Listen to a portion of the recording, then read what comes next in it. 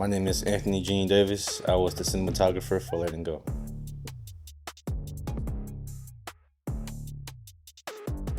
I feel like two great examples of that are one, the therapy scene. We have a very nice close-up. We got a very nice highlight with our lead talent, and it was so close because it's such a personal story. A lot of times in the series, you'll see us have very close tights because she's going through a really emotional time. She's remembering a moment. Another example is when we were at the park. That silhouetted shot of her as she sits on the bench and looks out into the lake was a moment where we were on tripod. It was a moment of like isolation, of extreme isolation, where you see this character who is essentially looking out into this vastness, that she kind of can't reach, and she's sitting there alone. And that was a moment where we just really wanted her to feel isolated. I think that camera movement is one of those things where it's all dependent on what's happening in the scene and what the characters are saying. I feel like the camera should be still when we want to hone in on performances, we want to hone in on moments. And I feel like when you want to push, like if you're on dolly or whatever it is, those are moments where I feel like you want the audience to feel the intensity or whatever emotion you're evoking. You want them to feel that in that moment. Being locked off allows us to focus in more on the performances. It allows us to focus more in on the expressions on our characters' faces. I think movement is great for, like I said, being able to allow the audience to feel in that moment, how intense this situation is getting or how serious it is getting. Being still kind of allows us to sit there and be there with them. On the tight close-ups, like I said before, we're able to like really focus in on how the characters are feeling, and especially when we're extremely tight, it's really honed in on the intensity of the situation, and it allows us to really feel that without any movement, without anything else interfering with the scene. We're allowed to really feel our characters and what they're going through, but also the situation. And it may be a situation where they're trying to either be quiet or they're yelling at each other, but it shows us just how intense the situation really is and allows us to be there with them, as opposed to a wide shot. We kind of get to experience it as an audience member. When we're tight, we're in it with them, we're a part of the argument, we're a part of the conversation.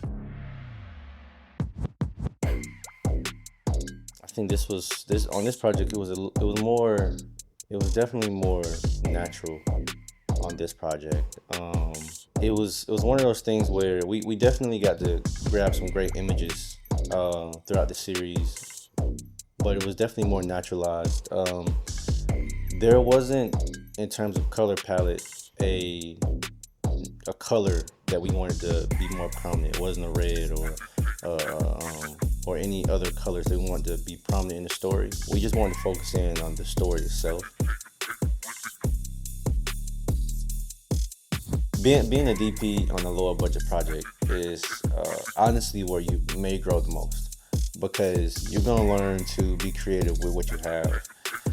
We didn't have the best lights the Aperture has. We didn't have the best anything. We had some great stuff, don't get me wrong, but it's all about knowing the space and knowing how to light. Knowing what you can show, know what you can't show.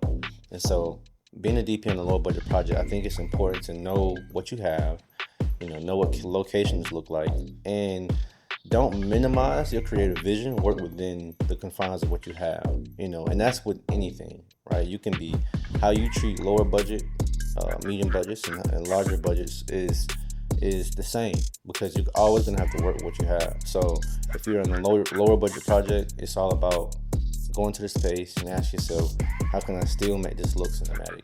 Yeah, don't approach it with the mindset of it has to be a certain budget in order for you to be creative, because creativity doesn't have a budget.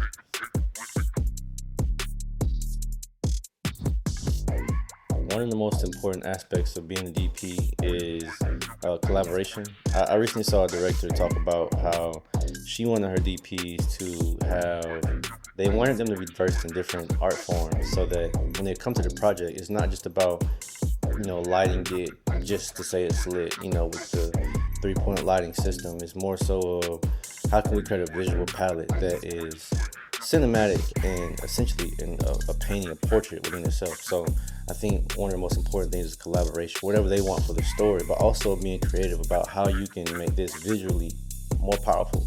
And so collaboration is one of the most important things. I feel like you have to be communicative. You have to communicate, you know, what's working, what's not working, but also just uh, be communicative in general with your director so that you can make sure that you're both on the same page. Be communicative with your ACs, be communicative with your gaffer and everybody on the team so that you're all in unison about what we need to be doing and how we're going to execute.